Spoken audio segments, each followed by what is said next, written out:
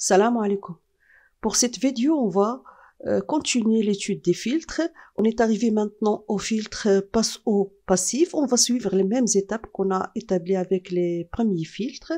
Donc, on donne la définition. C'est un filtre qui ne laisse passer que les hautes fréquences. Sa forme canonique ou bien la forme canonique de sa fonction de transfert ou bien de sa transmittance, elle sera égale à T qui est égal à US sur UE, bien sûr avec US c'est le signal de sortie de filtre et le UE c'est le signal d'entrée, égal à G oméga sur oméga 0 sur 1 plus G oméga sur oméga 0. Sachant que le oméga toujours égal à 2πf, je peux remplacer G et simplifier par 2π et on retrouve GF sur F0 sur 1 plus GF sur F0. Les caractéristiques de notre filtre, c'est le oméga 0 et le F0. F0, c'est la fréquence de coupure. Notez aussi FC, c'est la limite. C'est elle qui va séparer entre les basses fréquences et les hautes fréquences. Exemple de montage, je vais vous proposer deux exemples. Le circuit CR et le circuit RL.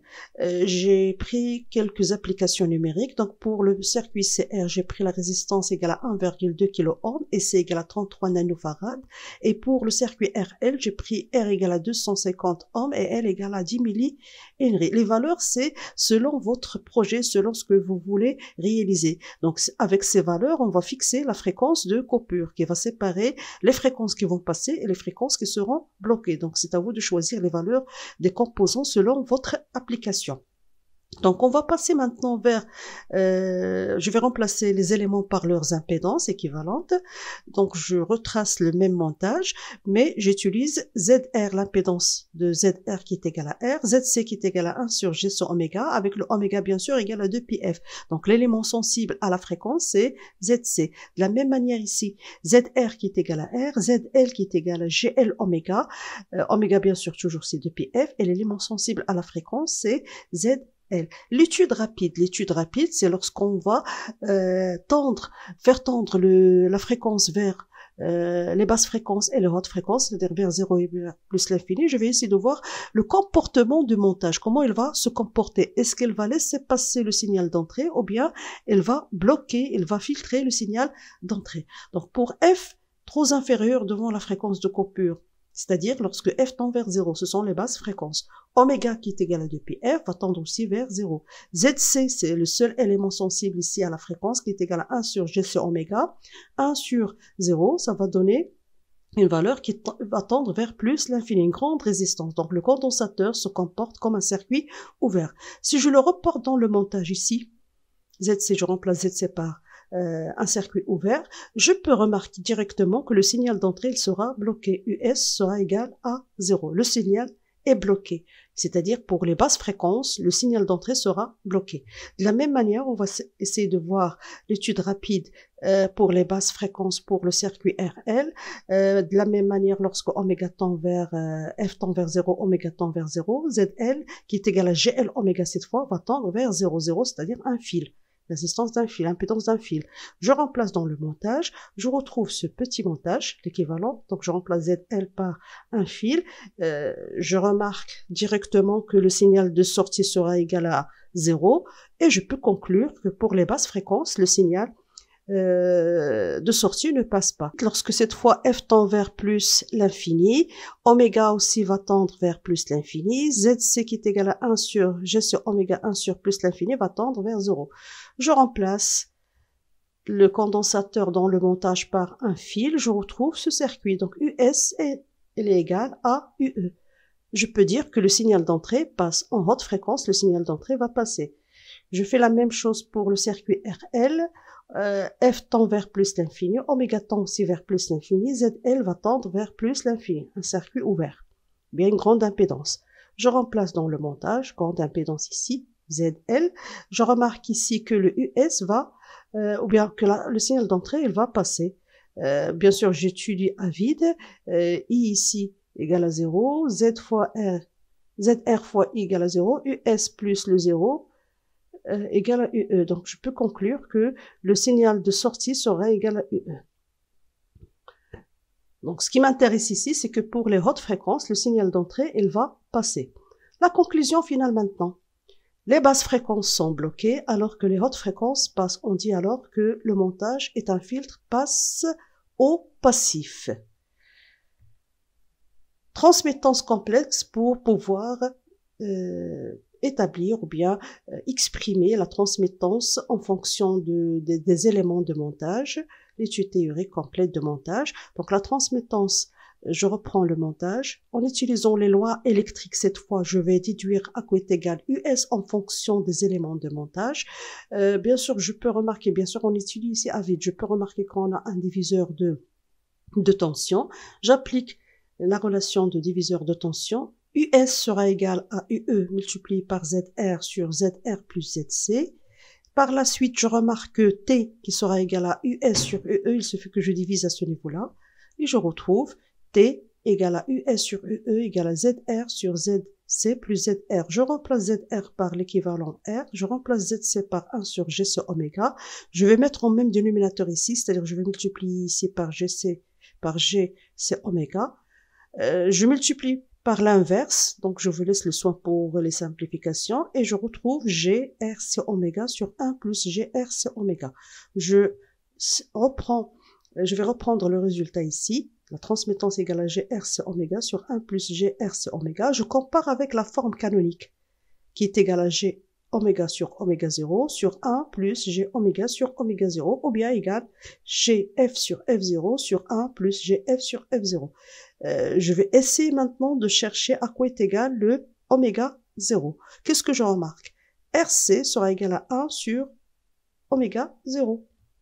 Voilà, donc RC égale à 1 sur oméga 0. Pour déduire à quoi est égal le oméga 0 qui est égal à 1 sur RC, qui est égal aussi 2pi F0. Et finalement, je retrouve à quoi est égal le F0, qui sera égal à 1 sur 2pi RC, c'est-à-dire en fonction des éléments que je vais utiliser dans mon montage, la valeur de R et la valeur de C. Je fais la même chose pour le circuit RL. Je remarque ici que j'ai un diviseur de tension aussi, toujours, diviseur de tension. US sera égal à UE ZL sur ZL plus ZR. Et je remarque ici par la suite que T égale à US sur UE, ce n'est que ZL sur ZL plus ZR. Voilà. Je remplace ZL par son équivalent, GL oméga, ZR par son équivalent, R. Je vais essayer de diviser le tout par R, numérateur et dénominateur. Pourquoi? J'essaie de retrouver la forme 1 plus. Donc ici j'ai R, donc je vais diviser par R. Je divise le dénominateur par R, je divise je divise le numérateur par R, je divise aussi le dénominateur par R. R sur R c'est égal à 1. Plus GL oméga sur R, ici GL oméga sur R. Je vais comparer avec la forme canonique maintenant.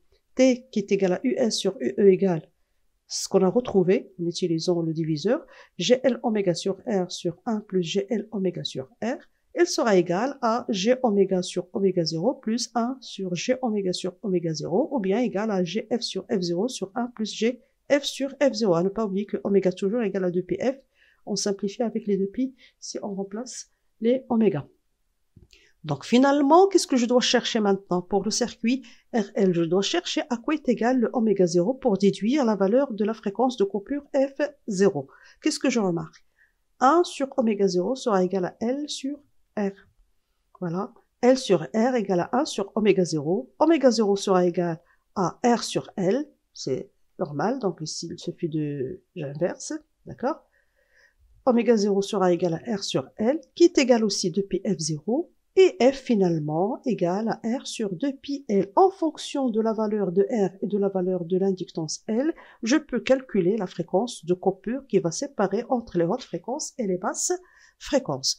Je passe maintenant vers le tracé du diagramme de Bode, mais avant de tracer le diagramme de Bode, je dois exprimer le module, l'argument et le gain, en utilisant les propriétés de nombres complexes. Donc, vous pouvez remarquer ici, pour un complexe ZC qui est égal à A plus GB, avec le A c'est sa partie réelle, B c'est sa partie imaginaire, le module qui est égal à sa valeur efficace sera égal à racine carrée de A au carré plus B au carré.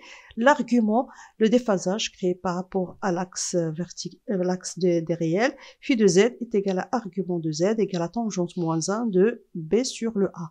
Ou bien arc tangente de B sur le A plus pi, c'est le A est inférieur à 0. Donc je vais reprendre l'expression du module t qui est égal au module de t complexe qui est égal à gf sur f0 sur 1 plus gf sur f0. Une petite remarque, ici, la transmittance complexe, elle est de premier ordre. La variable f ici, puissance 1. La variable puissance 1. Donc, c'est un filtre de premier ordre. Égal g, le module de gf sur f0 sur 1 plus gf sur f0. Égal f sur f0. Ici, le module d'un imaginaire pur. La partie a égale à 0, donc ça va être égal à b au carré. Avec la racine, ça donne b. Pour le dénominateur, on a le a égale à 1, le b égale à f sur f0, donc le 1 au carré plus f sur f0 au carré. Je retrouve le module de notre filtre. Une petite remarque, pour le filtre passe bas, on va retrouver ici, à la place de gf sur f0, on retrouve le 1, pour le filtre passe bas passif.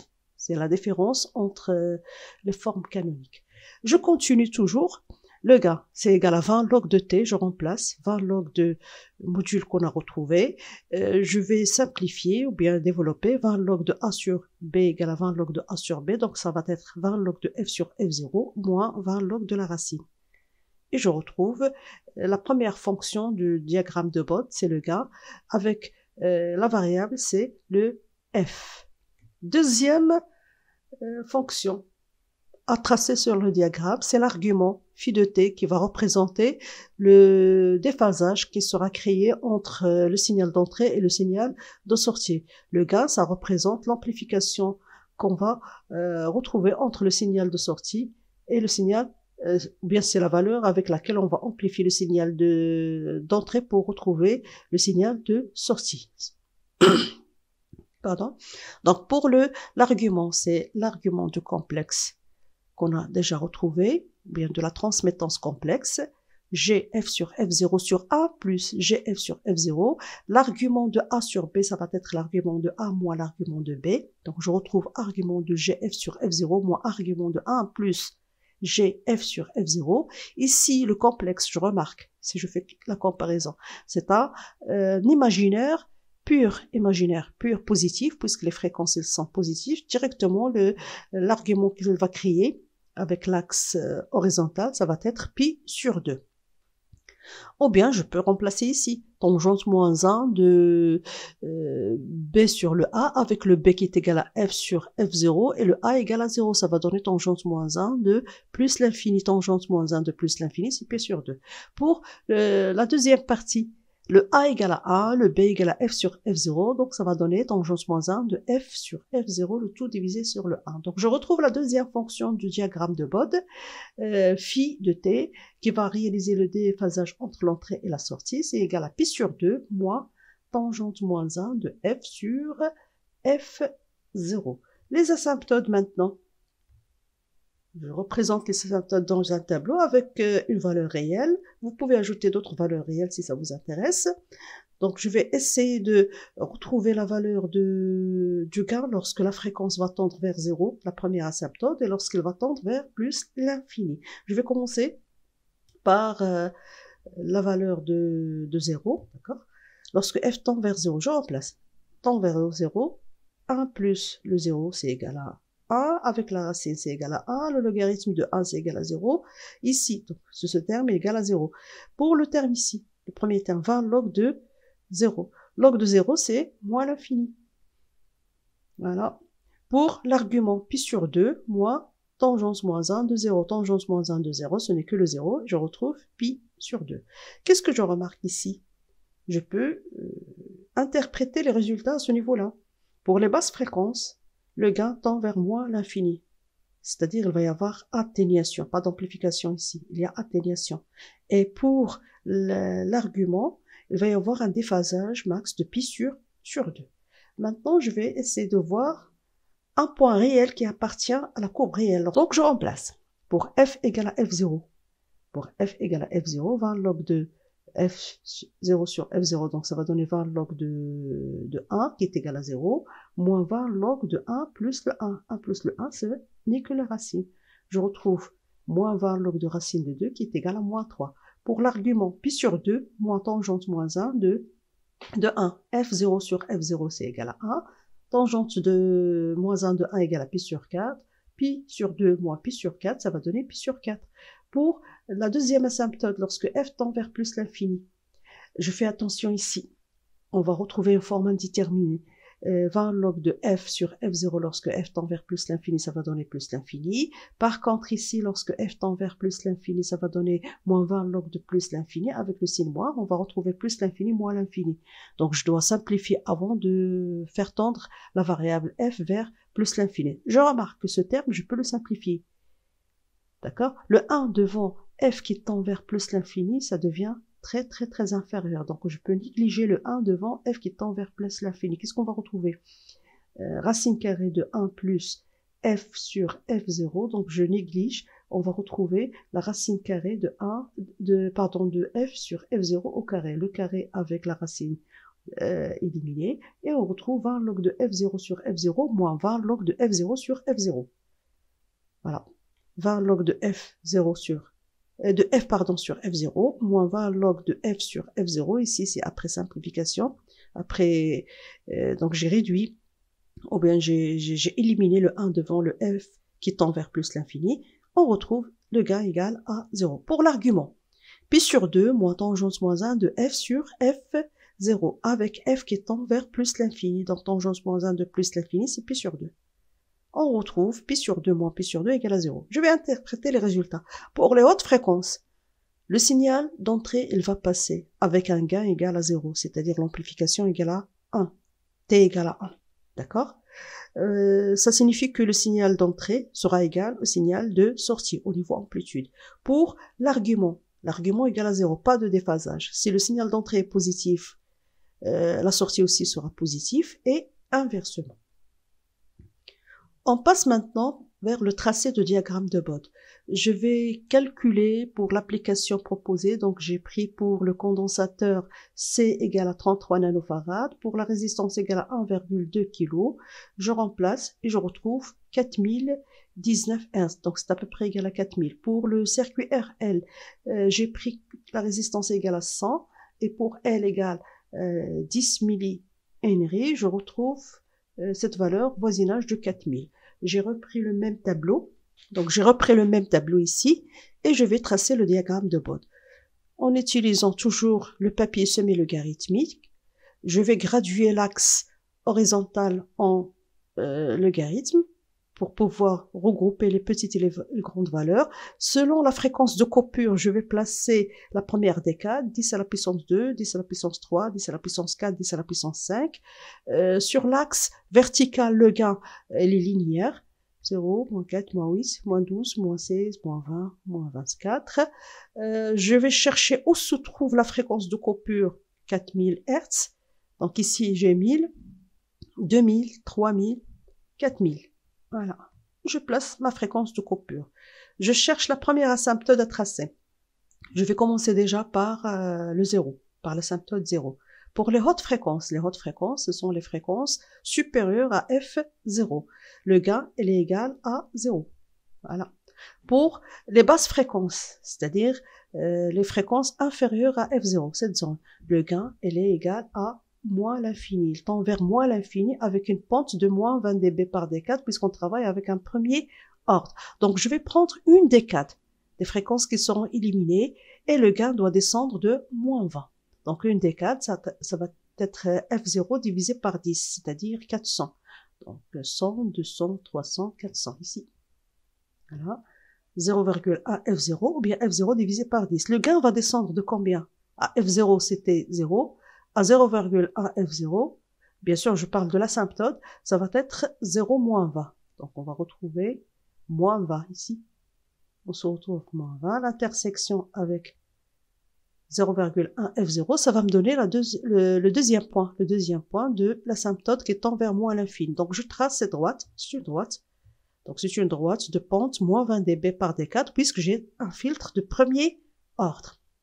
La courbe réelle maintenant, elle va passer par moins 3 dB. Donc, le gain max ici, c'est égal à 0 puisque j'ai un filtre passif, d'accord? Je place le moins 3, c'est-à-dire 0 moins 3, ça va donner moins 3 dB. l'intersection réelle avec la fréquence de coupure F0, et bien sûr la courbe réelle, elle va passer par ce point. Donc je trace la courbe réelle. Donc qu'est-ce que je remarque? Pour les fréquences supérieures à F0, supérieures à 4000, le gain il est égal à 0 puisque j'ai un filtre passe ou passif. Et pour les fréquences inférieures à F0, le gain va tendre vers moins l'infini avec une pente de moins 20 dB par décade. Donc la bande passante maintenant, quelles sont les fréquences qui vont passer? Les fréquences qui vont passer, c'est de F0 vers plus l'infini, c'est-à-dire de 4019 Hz vers plus l'infini. On passe maintenant pour le tracé de la deuxième fonction, c'est-à-dire l'argument ou bien le déphasage qui se trouve entre la tension d'entrée et la tension de sortie. On va toujours utiliser le papier semi-logarithmique. D'accord? J'ai repris le tableau des asymptotes. On cherche où se trouve la fréquence de coupure qui est égale à 4000 Hz. La première asymptote, ça va donner pi sur 2, asymptote horizontale constante, c'est-à-dire pour les basses fréquences, l'argument c'est égal à pi sur 2. Pour les hautes fréquences, l'argument est égal à 0. Les hautes fréquences, c'est-à-dire les fréquences supérieures à F0. Un point réel de la courbe, c'est pi sur 4 pour F égale à F0. Voilà. Et je trace la courbe. Je vais vous donner maintenant une petite application. Pour le même filtre étudié, c'est-à-dire le filtre passe au passif avec la fréquence qui est à peu près égale à 4000 Hz, 4 kHz. Donc sa bande passante, c'est de 4 kHz vers plus l'infini. On demande de compléter les chronogrammes suivants, c'est-à-dire on va vous donner une tension d'entrée, on va appliquer une tension d'entrée à l'entrée de filtre, et quel est le signal qu'on va récupérer à la sortie. Bien sûr, ici, la bande passante, c'est de 4 kg vers plus l'infini. Il faut voir les fréquences des signaux proposés.